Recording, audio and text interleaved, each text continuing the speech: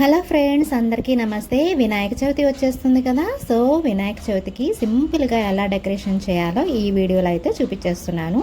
So first అయితే నేను ఒక ఎంటీ బాక్స్ తీసుకొని దానికి హోల్స్ పెట్టేసుకున్నాను.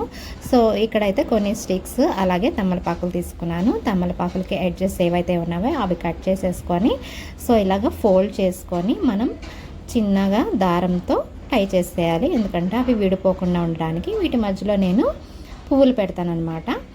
సో ఇలాగా ఎడ్జెస్ మొత్తం అన్నీ ఒక 2 తమలపాకులు తీసుకోవాలండి. అప్పుడైతే కొంచెం గట్టిగా స్టేబుల్గా ఉంటాయి అన్నమాట. సో నేను ఇప్పుడు ఏవైతే ఉన్నాయో ఇందులో హోల్స్లో పెట్టేసుకుంటున్నాను.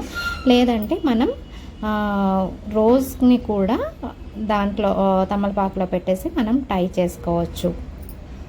ఇలా టై చేసేసుకున్న తమలపాకులు ప్లస్ పువ్వుల్ని మనం ఏదైతే వినాయక చవితికి డెకరేట్ చేయాలనుకుంటున్నామో అది టేప్తో నేను ఇలాగా నీట్గా స్టిక్ చేసేసుకున్నానండి.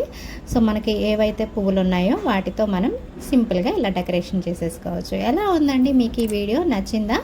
నచ్చితే నా ఛానల్ని సబ్స్క్రైబ్ చేసుకోండి. మరిన్ని వీడియోస్ మీ ముందుకి నేను తీసుకొచ్చేస్తాను. Thank you for watching.